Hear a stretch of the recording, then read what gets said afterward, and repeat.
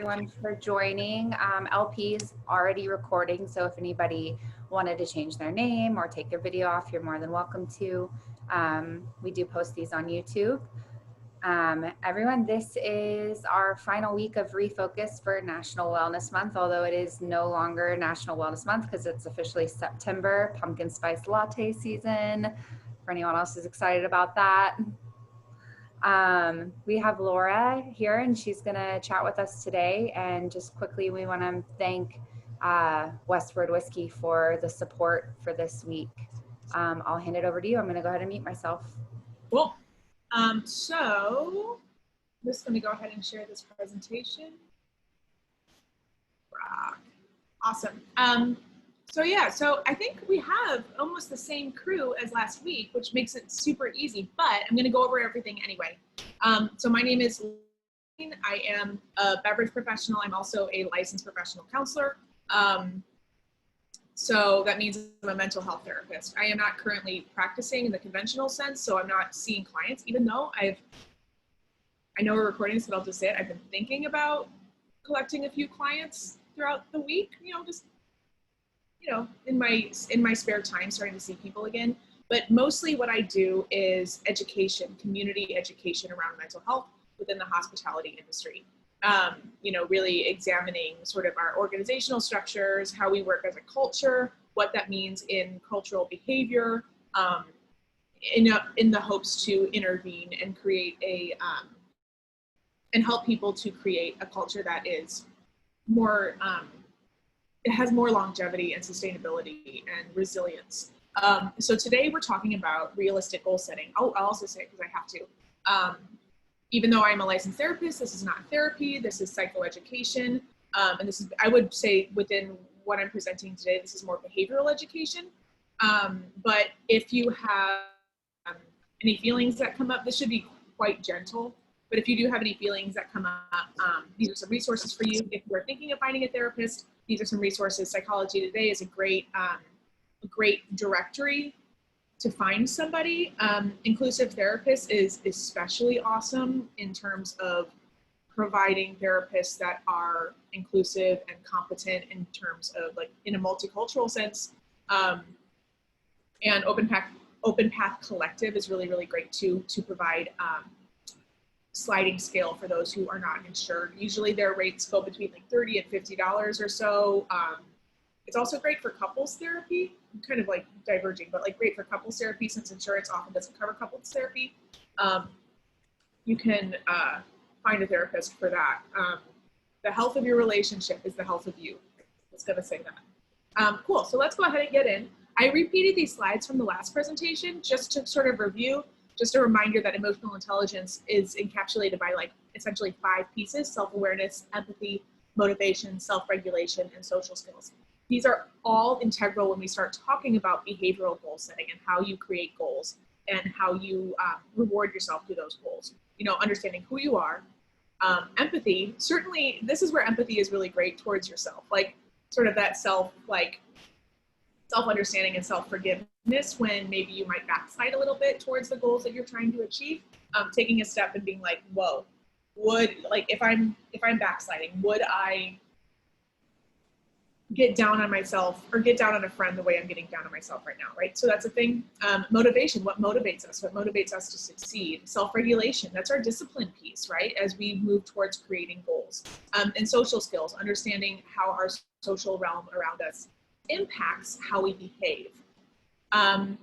Ways to build self-awareness. And as you create these goals, these are wonderful outlets as ways to monitor and keep track of the changes that you are experiencing through some sort of a journaling or creative outlets, speaking with a therapist, bringing in friends and family to help you achieve your goals, and the processing piece of meditation so that you can reflect and sort of connect with yourself as you're changing through your goal setting. Cool, you feel good on that? Killer. So, all right. So, goal setting, where to begin? And the first question I always ask when we talk about setting goals is like, what do you need? Like truly, what do you need, right? I can really, I mean, I'm speaking for myself here, but I'm fairly certain that people are going to identify with this. I've often set goals that I felt I had to achieve, right? When I didn't like really need to do that. It was some sort of like internalized must, that like I must do that, or I must look this way, or I must perform this way, or whatever. And you know, the reality is I didn't actually need, or sometimes even want, to achieve those goals, but I felt that I needed to. And if you are subscribing to goal setting that you don't actually need, you know, and might even be contributing to a sense of like diminishing your self-worth. Like if I don't achieve this, then I am like, I'm not worthy of X, Y, Z, whatever. Then those aren't goals that you're going to probably stick to, because you understand what I'm saying? Like taking that time, taking that stock with yourself, understanding yourself and saying like, is this something that I really need to do, right? And I'm thinking, I mean, an easy example of that would be like weight loss. Like, do you actually need to lose weight? Or like, are you going to go on a crash diet and create this or whatever? Or, you know, since LP is here, are you exercising to honor your body? Those are two very different things. So framing your goals in the sense of what you truly need and what you desire, as opposed to what is being imposed on you or what you think you must adhere to. That is your very first step in success, of succeeding what you need, in succeeding in what you need. Oops, I did not mean to do that. And then examining what is influencing your decision to set that goal. Okay, so I'll use weight loss as an example again. Like, is that a socially imposed piece that you feel like you must subscribe to in order to be worthy of love or whatever?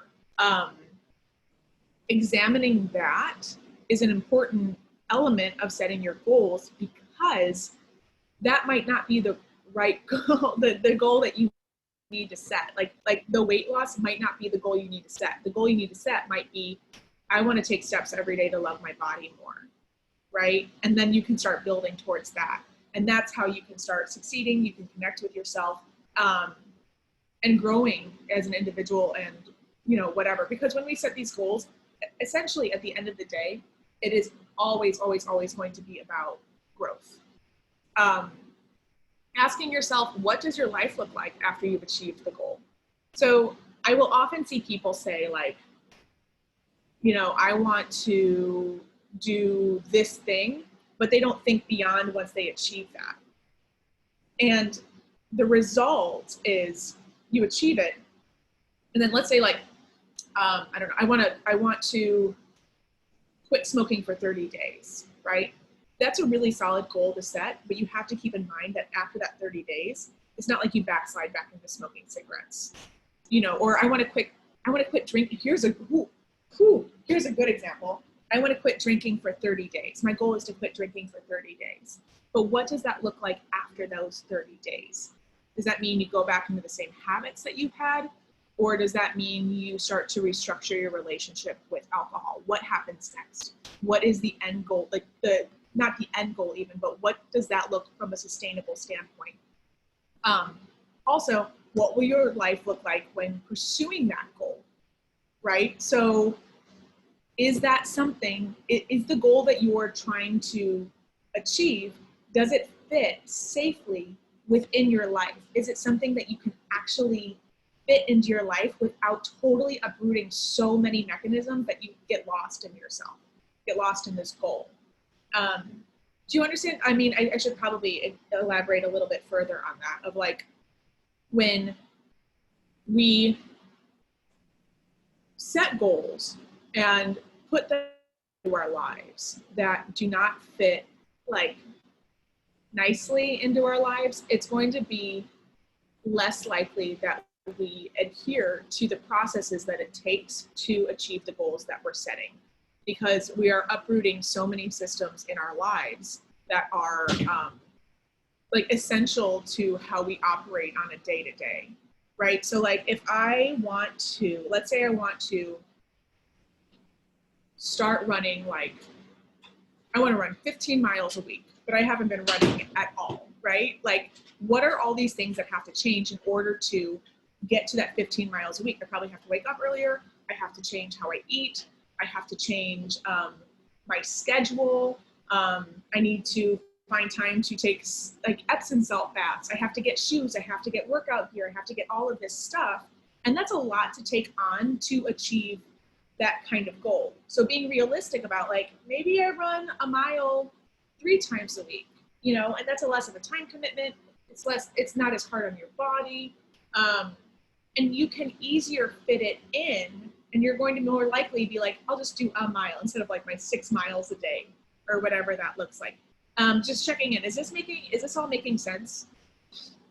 Damn girl, that's a lot of miles. I'm down with like a mile. I've done a marathon and I'm like, I never want to do that again. That was a lot of time. But finding ways to set achievable goals, micro achievable goals that you can, and we'll talk about that a little bit more with rewarding yourself, that you can achieve without totally obliterating the structure of your life. I want to run a marathon without training. It's not sustainable.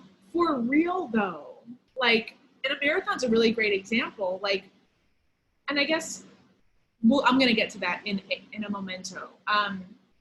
So honesty with yourself. If you achieve this goal, how will you feel? If you don't achieve the goal, how would you feel? Okay, so these are really important questions to ask when you're talking about behavioral goal setting. Because, and I'll go back to the weight loss thing. Or actually, I don't want to talk about weight loss. Screw that. Let's talk about drinking. If you go back to the drinking of like, I'm going to quit drinking for 30 days. Will that resolve the issues that have prompted you to make those changes in your life, right? So like you quit drinking for 30 days, you did it. That's awesome, whatever. But what happens then? Like, will you feel like your drinking isn't problematic anymore? Will you feel like your consumption is a little bit more tempered, or what will that look like? Or will you go back to heavily drinking every single night after your shift anyway, with this thought of like, I'm not an alcoholic, or I don't have a drinking problem, or my substance use issues are under control. So really taking an examination of, again, coming back to what do you need truly? You know, do you need to start to moderate your drinking throughout the month? Is the goal maybe just 2 drinks a night to start, and then limit it to 7 drinks a week, whatever that looks like, you know, so that you can start to reestablish your relationship with alcohol or whatever it is. But again, being honest with yourself, like if you hit that 30 days, let's say, is the problem solved, right? Or are you actually working towards something that's going to better yourself? Also, if you don't achieve that goal, how are you going to feel? Like, is there some stuff coming up about like, I never finish anything that I start, or, you know, feelings of self-loathing, or I can't ever do this, or this is too hard, or whatever. That sort of moves me into rewarding yourself. And this is also very tied up in self-compassion and kindness, of setting goals that you can achieve. And that can start with like the ittiest, bittiest, littlest thing that you can just like totally knock out. I know something that I recommend to people and I utilize all the time is if I'm feeling a little down or sluggish, I'll make a to-do list. And my to-do list will be like, take a shower, eat breakfast, feed the cats, text mom, right? Or text Jess or text whomever. Like little things that'll be very easy for me to cross off that will also make me feel good. So creating checkpoints throughout goal setting. So these are your micro goals. And Lauren, this is your marathon, you know, that you can set out an entire training schedule for your 4-month marathon training, but focusing in 1 week at a time of being like, if I can complete at least 3 out of my 4 training runs, I'm going to consider that a success, right? And breaking them down into little itty bitty goals that you can achieve so that the overall goal doesn't seem as overwhelming, because you're going to be more likely to achieve them that way. Checkpoints are really important too, because you can attach them to rewards, but rewarding yourself with something that continues to help you towards your goal is a really integral piece towards your personal growth. What do I mean by that? Okay, let's use the marathon running as an example. Like, let's say, it's okay, this comes from my real life. When I was marathon training, I was like, all of my clothes are so ratty. All my workout clothes are so ratty. I should probably buy new clothes. But then I was like, okay, realistically, my body is probably going to change a little bit throughout this training. Weight loss wasn't the goal for what it's worth. But I was like, my body's going to change, so I might need to buy new clothes. How about this? You get through your first 2 months of training and then you buy yourself some new clothes, because you're probably going to need it. Also, because I would have created behavioral systems within my life that would have warranted new workout clothes or a new pair of shoes, or, you know, maybe better running socks, whatever, the glasses, whatever that looks like. But attaching goals to attaching rewards to something that will help you better achieve your goal. So I wrote, careful of rewarding yourself with behavior that you're working to eradicate. Okay, so often I'll see people be like, if I can diet for these 6 days, I'm gonna cheat on my 7th day, and I'm gonna eat a pizza, and I'm gonna eat the cake, and I'm gonna eat whatever, or I'm gonna quit drinking, but on Sundays I'm gonna go out because I've achieved this. You know, so that's not really helping you towards your goal. It's also not really like reshaping your behavior. You're still associating that thing that you're trying to reshape within your life as the positive, and everything else is the negative. The idea is to integrate these pieces in a way that is changing how you are moving through the world. That's what our goals are for. Is this making sense to you all? Give me a thumbs up. Cool. Is the girl who signed up for P90X? Yo, but like, Lauren, I signed up for P90X too, and I worked out, and and it was like great for a minute, but like, what Lauren mentioned in the comments, she says, this is the girl who signed up for P90X, and there's something called Beachbody, and I set up this whole training schedule. I was like, I'm gonna work out every single day and all of this stuff. But the problem was, I went from zero, like I used to do like triathlon training and stuff like that, so I'm not a stranger to having a regimented training schedule. But I have to remind myself that I built up to training for a half Ironman. There was a lot that happened from my couch to training for the half Ironman that I was able to integrate those pieces very easily into my life, because I set all of those micro goals along the way, right? So integrating these pieces into your life in a micro way and honoring what your life looks like right now so that you can actually achieve those things. And I think that what I just said is probably the biggest takeaway I would hope from this presentation about like, what does your life look like now? What do you need right now? And how do you honor your life while making small changes so that you can continue to honor your life and how you are living until you can like continue into something next, into the next thing, into the next thing, and continuing to honor what you actually need. You know, like, do I miss having great abs? A little bit, but that's not what's going to fit into my life right now, you know? Okay, moving on. So setting up a plan for after you achieve your goals so that you don't backslide. So this is another thing, like you're setting a goal for a reason. It's because you want to see some sort of change in your life. You want to achieve something. And once you hit that, you want that to be able to be sustainable. I mean, of course there are goals that are just like, I want to run a marathon for the sake of running a marathon. And then I never want to run again. That's me. But in terms of like actually creating, excuse me, the life that you want and the growth that you need, you know, maybe the cutting back on drinking, using that example, excuse me. It's because you've found that the level of consumption that you've been engaging in hasn't been in line with the life that you want. So when you set a goal to diminish that consumption, it's important to say after these, let's say after these 30 days of cutting weight back or sobriety or whatever that looks like, having an immediate plan afterwards to sort of keep you on that same track instead of like going down the railroad and then the railroad ends and then you have to rebuild the railroad again. If you can have something at least outlined for yourself, you're going to be more likely to continue on to the next goal and succeed onto that next goal, whatever that looks like. But yeah, and I just want to reiterate too with the rewarding yourself with something that's going to help you achieve that goal will really help to motivate you towards what happens next. And again, it's all about like the mindset and the framing of what it is that you're trying to achieve. Let's see. Oh, this is a big one. Managing the changes within your life. As you set behavioral goals, or like, you know, like Amy was talking about with habits, it means that the patterns are changing. And changing these habits, changing the patterns, you know, especially over time, it's going to be a little bit disruptive to your life. And that means that you're probably going to have to give some stuff up, you know, include other things.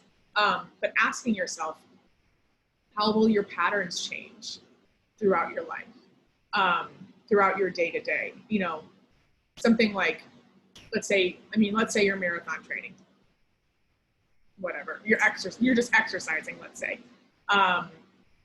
That means probably if you want to exercise in the morning, you have to get up a little bit earlier. You'll probably go through a few days of, if you drink, let's say you drink heavily, like most industry folks do, let's be real. You'll have a few days of like, I don't want to wake up to work out because I'm hungover. Well, that probably means that that nighttime habit of drinking is going to have to change in order to achieve that morning habit of working out. So then you start seeing goals intertwine with each other, and you might be setting goals within goals, but really taking stock of like, what has to change in my life to achieve these goals. And also to that, what will you have to mourn as a result? Like as you give things up, what will you have to mourn?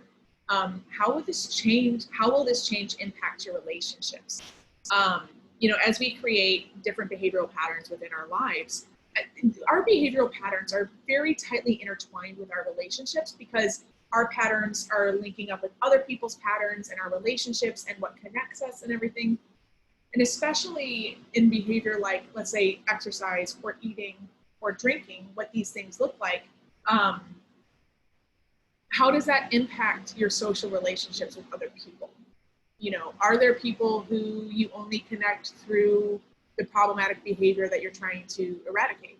Are there maybe other people that you can connect with that share your same goals, who can help uplift you? You know, and how will that change? And then again, how will you mourn that? You know, taking time to honor that. Like there was, when I was in graduate school, I was taking my substance and chemical dependency class, and there was this guy that came in, and he was a big proponent of AA. I say that carefully, like as am I, but in conjunction with other form of therapies. AA on its own isn't necessarily really effective. But what AA is nice for, and this guy kind of changed my mind about things, what it's nice for is you are creating a standard community that you can go to. As he gave up drinking, he was a bar regular. He would sit at the bar. It was always the same people. It was the bartender. And there was a sense of community in that. There was a behavioral, interpersonal pattern that he was able to engage in. And when he started going to a closed AA group, it fulfilled that same need of, I always go, it's the same people, there's a facilitator, and now I have this community. But he had to mourn that other social community to get there. But something else that he said was that he ended up losing a lot of friends as a result because he realized that a lot of his relationships were rooted in his drinking. And, you know, this was, 5 years ago now. But I remember thinking like, oh my goodness, what about the drinks community? What about the bartending community? If somebody wants to cut back, how will that look for them? And it was a little distressing. And we live in an environment now that's, much easier to be sober in, but it is an important look. It's important to look at what your relationships are in relation to the behavior that you're trying to change, because if it results in losing friends or giving up a sense of community, being mindful of finding that community in other places is going to be really, really important to achieving your goal. Does that make sense to you all? Yeah, cool. And then what will you have to give up to sustain the change?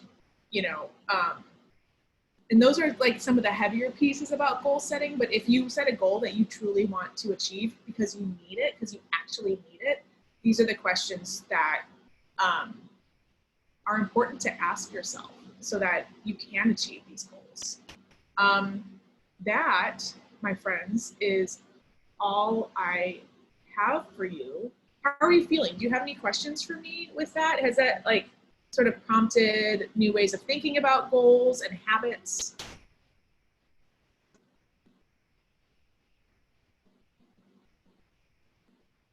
There's a chat.